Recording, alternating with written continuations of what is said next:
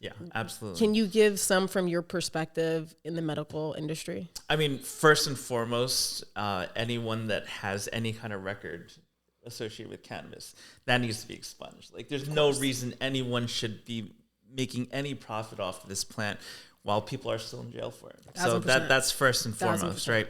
But from a medicinal solution, there would be benefits of rescheduling to Schedule 3, such as insurance companies would be able to reimburse, like third-party reimbursement, health insurance companies. That would be a main draw to treat it like medicine, right? Wait. So when I go to the dispensary and I buy weed, you're saying that if I had insurance and they took it, that they would give me a reimbursement for the product that I'm purchasing? If it was a Schedule 3 substance and it would be dispensed in a similar pharmacy setting, okay, yeah, there would be definitely boundaries that you'd have to make, and it would shift towards the FDA regulation. But that would be one of the primary driving factors for keeping it in pharma, because insurance companies would reimburse for it. Right. But at the same token, I think personally that it should be treated more like a nutraceutical, where it's over the counter. You may be behind a counter like it is now, that you have a healthcare professional guiding you through, what product source, what's your route of administration, all these important topics that we slowly learn about. That's what I would prefer. And that's kind of what we created our dispensary, or what we're going to create our dispensary model after. Yeah, there's a difference between rescheduling and descheduling. So, right, you reschedule it to Schedule 3, it makes it the equivalent of codeine, right? So it's a highly controlled pharmaceutical product. Now, the danger in that, right, so there's the good part, which is the insurance companies can get involved, doctors can actually prescribe it. The other side of that is, you see what my dad said, the other side.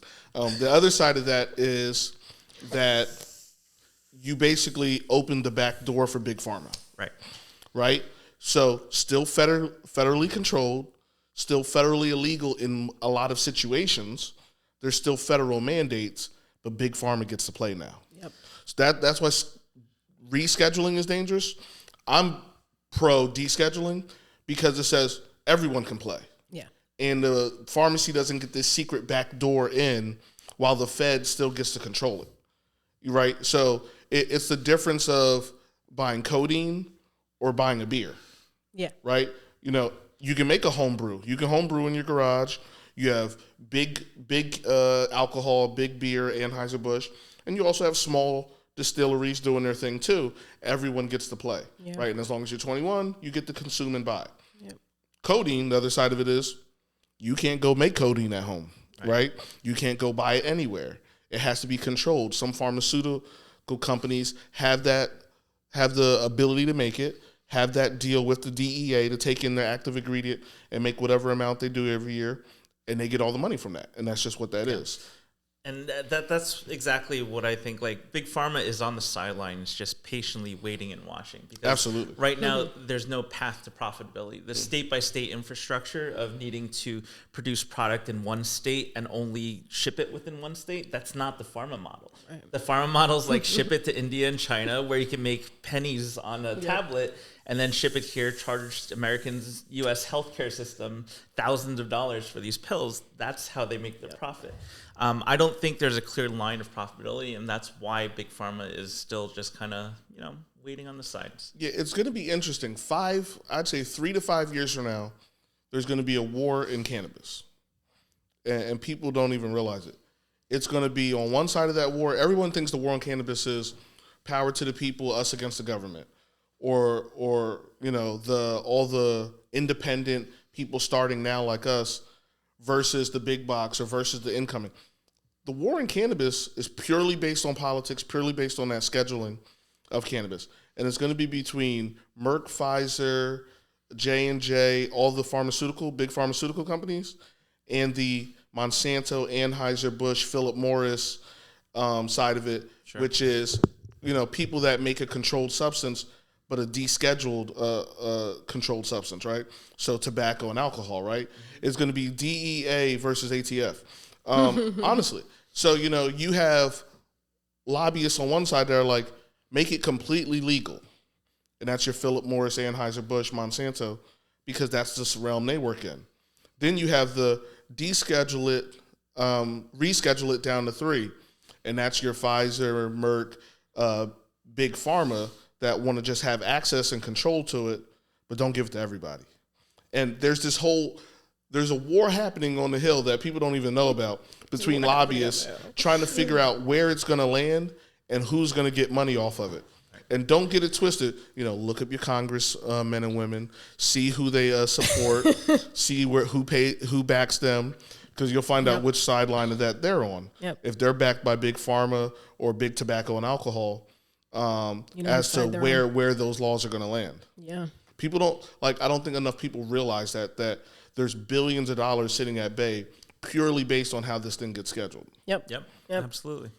I think it's beautiful that one little plant has the capacity to create such a fucking battle. Well, no. Okay. So back to the stigma, right? But I honestly, again, this is just my opinion, that politicians didn't give a shit about this until they realized they could make money off it. Tax revenue. Yep. And so now people started to re-examine their feelings about it. And it's like, okay, well, I'm not against it per se, so let's legalize it. And that's exactly what we're seeing. That general acceptance comes with a cost. Right. And it's always That's a true. cost once you get politics involved. This is the game that we play. Yeah. But realistically, this is how the world works. Yeah, it's true, and that's capitalism. just, so cannabis is falling into more mainstream conversations. Same thing as psychedelics. I would say psychedelics is 5 years where cannabis was behind. Yeah. Yep. Yeah. And so we're seeing a lot of shifting sentiment, which is great. But this plant belongs to the people, right? We want to keep it with the people. And how do we do that? Yeah. Right. If we can't collectively get our shit together and get one message out there to our legislators, how do we do that? Right. No, absolutely. Actually, talking about that, shout out to Trenton Weedman for getting approved to be able to get legit. You talk about someone that's been doing it for almost 30 years, fighting for the people. And if you don't know about Trenton Weedman, you're under a rock. But getting approved to go legit. But I want you to tell me more, based from your lens, what play you think that they're going to try to execute. Who, the federal government or state government? Big pharma. Big pharma? Based on what happens, how do you think that they're going to try to figure out how to get it back off of this? Yeah, it would have to be rescheduled to a Schedule 3. That's the only way? Yeah, that's the only way. If it gets descheduled, it's open, it's fair game, like Corey said. All right. Yeah, as long as they can keep it under controlled, right? That's it. That's the Okay. game. Well, listen, it's important for people to be very, very clear and understand the magnitude of this thing. This is why I always say the show is so important, that we want to amplify. We're not just complaining because nobody likes pharma. Understand the intricacies of this and how one thing will affect this and the big shift that it'll have. But I say this a lot on LinkedIn that the toothpaste is already out of the tube right now. So it's already happening. Even if we reschedule to a Schedule 3, how do you tell all these individual states with their programs, how you guys can't do that anymore? That's not going to happen. Yeah, you're right. There's too much at stake, and the MSOs do have that ability to fight back. It's not as significant as Big Pharma, but at the same time, they've, made their beds as well. Yeah, well, the other part is, this is a rare thing where you have state governments blatantly going against the federal government. Yeah. That's true. On something that's Schedule 1, that's highly illegal from the Fed standpoint. We do what right? we want. So and that's not a situation that really our collective government, state and federal working together, really knows how to deal with, right? That the Fed is this shit's completely illegal, and the states are nah, you can have it, right? Or you even have the whole, it was kind of a landmark thing when LAX was we don't care if you bring cannabis through the airport, you can go through TSA.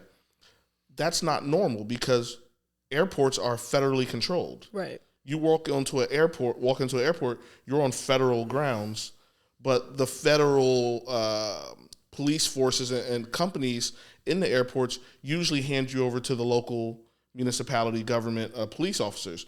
And they're just hey, we don't care about this shit anymore. In a federal scape. That's the systems are only as good as the folks that you have working for them. They have to support. People forget that, right? So you've been to Newark. Everybody who's taking your bags in is blackity black. Yeah, they don't give a shit about your weed. So that's where cannabis has really turned that whole relationship of government on its head in the stance that the Fed is completely opposed, on paper, to what federal governments are like. I mean, to state governments are like, no, it's completely legal. Yep. And how they shake it up and how that all happens is really going to be interesting. Like, first of all, whoever's paying for the lobbyists got to figure out how to make their money. The government officials got to figure out how to make their money. So how it lands really will show who's done the work and how it really played out. But you've never seen this before from a government standpoint. Right. And that's probably part of our saving grace too, because I don't have confidence that the federal government is going to organize and just start regulating as it probably should. So right now we collectively have a voice in what we want to see happen. And that's what we just have to keep talking about, right? Yeah. No. So let's get into your journey, because we're talking about people who can play, who can't play, based on which way this goes. But right now, the little guys like us, boutique, small business, independent retailers or independent whatever grow, is able to get in right now and start to really, get our footing, go out on a limb, on a dream. But there's not going to be a lot of people that survive this, right? So there's some folks that will start it, some that will end, some that will get bought out. Have you had any challenges throughout your journey? I know you said that you wanted to open a pharmacy, and now you're in weeds, so you're opening a dispensary. Tell me a little bit about that journey and the challenges that you've experienced. Yeah, I mean, my wife and I are 2.5 years into this process. Like, when I left Garden State Dispensary in 2021, I was like, all right, we legalized, a year, I'll be open, and we'll have a blast. But it's literally 2.5 years in, and I'm just like, maybe in the spring. Like that's the kind of timeline and uncertainty. I always joke with my friends who are watching me do this. I was like, I could have gone to a bank, got $500,000, opened a pharmacy in 4 months. Right. And we could be prescribed or dispensing, multi-million-dollar drugs. And I'm like, all right, cool. But every step of this process has been difficult. Raising capital, talking to local officials. Yep. And the most frustrating part is we're not working on our own timelines. So I have investors that I need to hey, this is what we're doing, but I'm going to give you a 6 to 18 month time frame for this to happen. Yeah. So that's been the most frustrating part for me, just not being able to adhere to my own timelines. I'm very conservative when it comes to giving people timeline expectations, but it's still, that's been difficult. But as far as getting the message out there, we've started doing a lot of community engagement, similar things that will build that aspect of a small business. Really, we want to get that message out there that, hey, we're here, we're for the community, and the health and wellness aspect is really what I want to lean on because of my specific background. But I think that's the long-term future of it, right? Everyone who is 21 and over can purchase cannabis. Everyone thinks of it as recreational, but it's not recreational. It's adult use. So how you choose to use it at home is great. If you want to hang out on a Friday night, chill and watch Netflix, if you want to go out. But some people need that extra education guidance if they want to treat it as medicine, right? That's a whole new consumer base that we are really not touching as much as we can. And that's what I want to shoot for. That's my goal. In your dispensary, which is called Vigor. What town is that in again? It's in Matawan. Exit 120 off the Parkway. Gang. Okay. Yeah. So I want to make sure people know where Vigor is at. How was that capital process for you, raising capital? Let's just say I'm very blessed with friends and family that have been supportive of me since day one. Oh, great. They don't care about the business aspect of it, but it's like, hey, this is your dream. You're very passionate about it. And part of the success that I've had is just being very vocal about what I can see for the future of it as medicine. A lot of my friends are professionals, they're doctors, lawyers, pharmacists as well. So they're just like, okay, I want to get in on this. And eventually, one of my biggest investors owns an independent pharmacy. So he wants to understand how a dispensary and a pharmacy could coexist. And in order to bring that message out, it's the same thing. We dispense commodities. You have big box stores. You have independent pharmacies. Why do independent pharmacies continue thriving? Because they offer niche markets of medicine. And so being able to build that concept and again backing it on education, that's really key in my opinion. Do you think they can both coexist?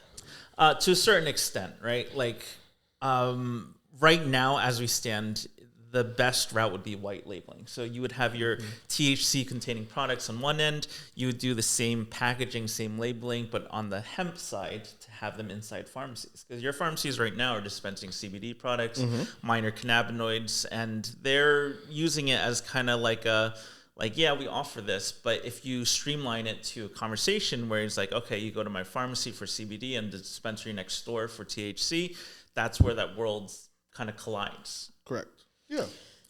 Yeah, I think from a recreational or adult use perspective, right? When I think about that movie it was Dipstick, right? That was called? Dope Stick. Dipstick. They were acting like fucking dipsticks in the goddamn movie. Dope Stick, and how this goes from, I mean, because this is how I feel about their coexisting. Pharmacies are a space that is for controlled drugs, right? What we categorize as drugs.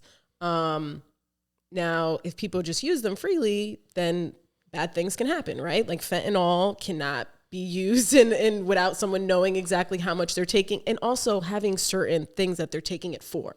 So in that particular movie, they were taking it for folks that had cancer.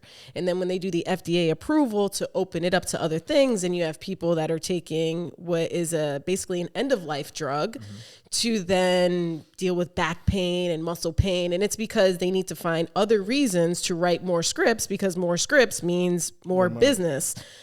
Now, when we talk about marketing schemes and things to drive people into people's doors or businesses, how do you really do that in a place that it's an industry that's created to basically like oversee something, but it's not supposed to like promote it? You know, like they were having in the movie, they were having like parties to like get people encouraged to do, you know, and it's like, you shouldn't promote people to want to take more drugs. But then when you look at it from a cannabis perspective, are you promoting people to consume this more freely too?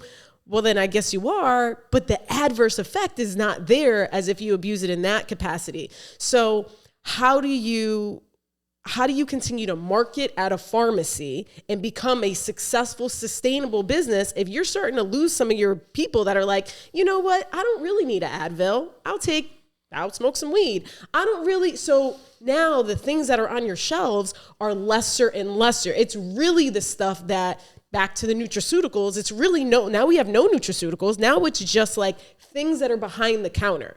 Can you survive in business if you only have a few things that are supposed to be controlled behind the counter? You guys get what I'm saying? Like what I'm asking? I listen, that the shift to holistic wellness, and I'm a big advocate for being a conscious consumer, right? Like you can choose X, Y, Z or ABC. So that shocked me. That was the biggest hurdle I had to get across as a healthcare provider, right? Like seeing my patient, like I can counsel them for 30 minutes and then they would go to the dispensary and just purchase the highest THC product. That happened all the fucking time. And I was like, what are you doing? I'm telling you what might be better for you, but you're just like, GMO cookies, 36%, right? Give me that.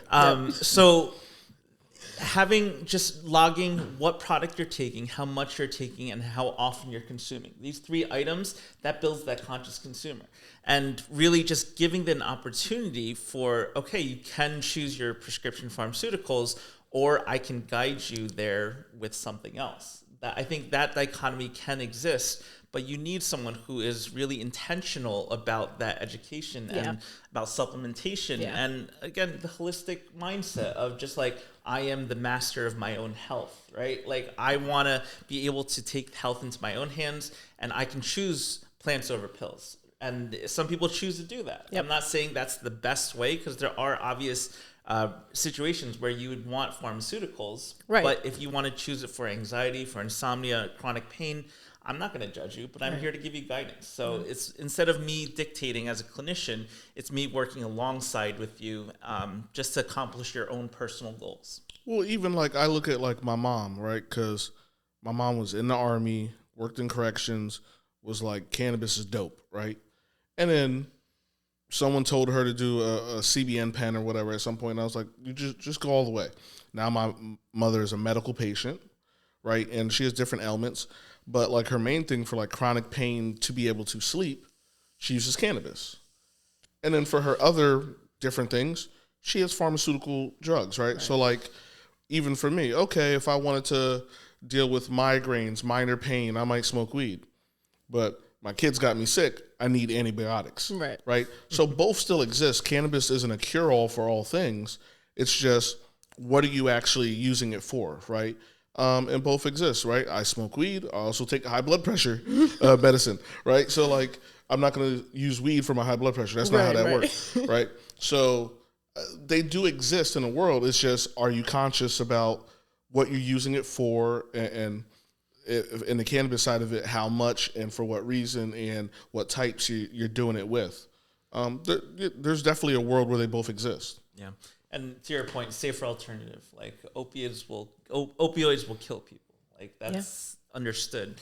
And cannabis doesn't happen. You might have a bad trip. Your grandma might end up in the ER if she doesn't realize, like, hey, I'm taking one edible that's 100 milligrams. Like, because those exist out there. Versus is exactly why in a dispensary they cap it at 10 milligrams of THC, so grandma doesn't end up in the hospital. Yeah. It's gonna be one hell of a stomach ache, Granny. Listen, I might have got my mama too high once. So. No, but you're right. You're 99.999% not chance of death is very, very, very low. Yeah. And I do think you're right, Corey. I do think that there's a space where they both exist, because at the end of the day, we're talking to a certain consumer, but there are plenty of people out there who are like, no, I'm taking my drugs. I believe in, like, there's people that just have a certain mindset that it's not just going to shift the whole world. Like, COVID happened and it affected so many, and it's not something that's going to make the whole world be like, okay, now everybody is holistic. That's just not going to happen, right? Absolutely. But with more alternatives and more education, hopefully more people will. And that doesn't mean that you need to nix everything that you are consuming, especially when you really need it, like antibiotics, or if it is end of life, if that medicine is keeping somebody more comfortable. We don't want to completely do away with those things, but in the same way that we're trying to be responsible operators, the pharmaceutical industry has not been responsible, as I'm discussing with this movie, right? We see that there's been a lot of promotion behind it. You shouldn't be promoting people to take more drugs. You should be taking the amount of drugs that your doctor has assessed is necessary for your particular ailment. Well, it's the marketing side of it. Like, what's the number one commercial while watching football? It's pharmaceutical commercials.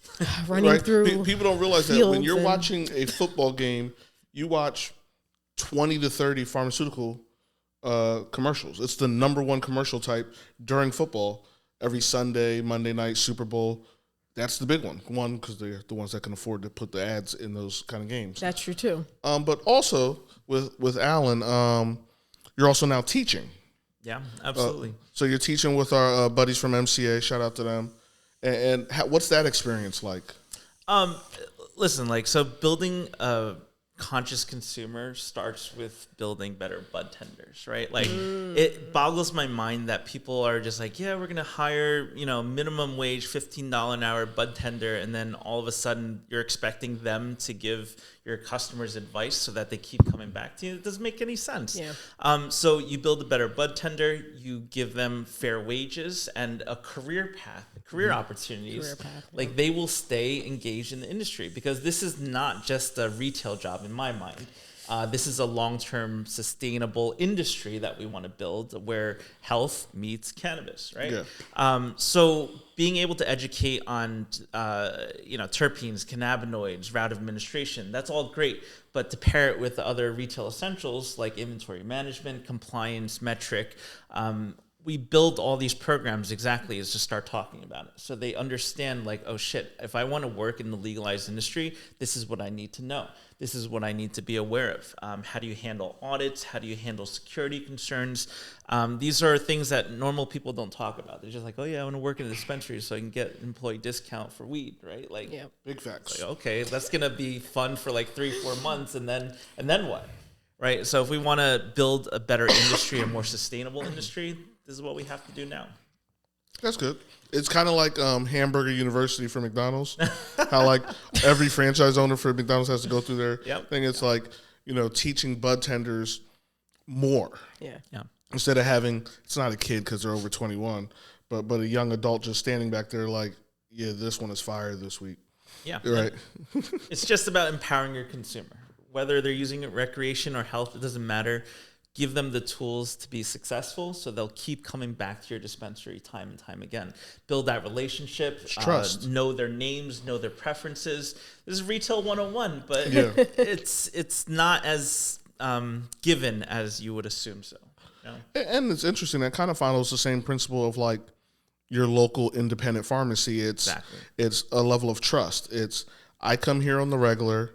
This isn't some big company telling me what to do.